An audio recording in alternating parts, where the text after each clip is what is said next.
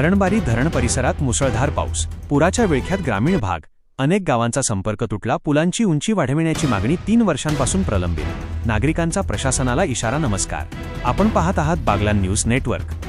मी आहे प्रकाश शेवाळे. बागलाण तालुक्यातील हरणबारी धरणाच्या पाणलोट क्षेत्रात आज झालेल्या दमदार पावसामुळे नदी नाले दुथडी भरून वाहू लागले आहेत.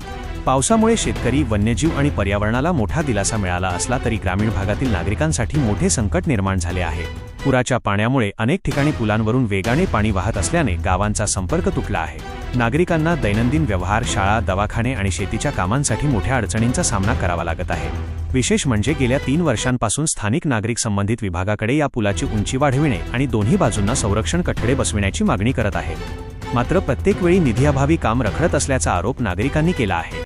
दरम्यान मुल्हेर परिसरातील मांगीतुंगी, माळीवाडे, देवठाण आणि शेवरीपाडे येथील पुलांवरूनही पाणी वेगाने वाहत असल्याने या गावांचा संपर्क तुटला आहे. अनेक रस्ते पाण्याखाली गेल्याने नागरिकांना घरातच थांबावे लागत असून रुग्ण, शालेय विद्यार्थी, शेतकरी, दिव्यांग आणि ज्येष्ठ नागरिकांची मोठी गैरसोय होत आहे.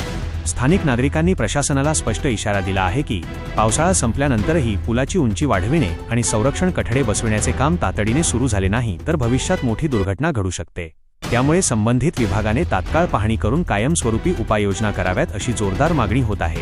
या बातमीबाबत आपले मत काय? आम्हाला कमेंट करून नक्की कळवा.